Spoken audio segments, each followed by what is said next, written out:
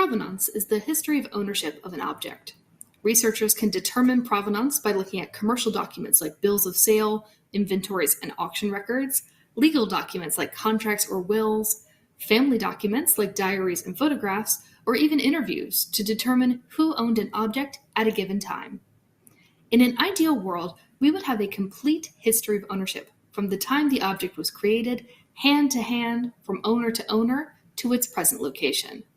The thing is, it doesn't always work out that way. Generally speaking, the older an object is, the more fragmentary the provenance. Documents are destroyed or lost, and objects can go dark for years, decades, or even centuries at a time with no documentation.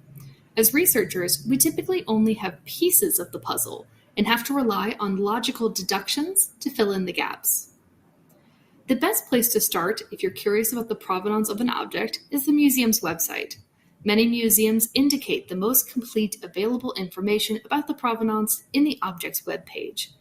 If museums do not make provenance information publicly available on the web, they may still offer it to researchers on an individual basis. You would find this information by contacting either the registrar or the curatorial department. The exciting thing about provenance research is that new discoveries can be made all the time, rewriting our history of the object and having very real-world consequences. A flashy provenance with a big name can increase the prestige and even monetary value of an object. Think about how a baseball glove owned by Babe Ruth would seem more special and valuable than an identical glove without the same ownership history. On the other hand, a sketchy provenance can cast doubts on the museum's legal or ethical ownership of the object.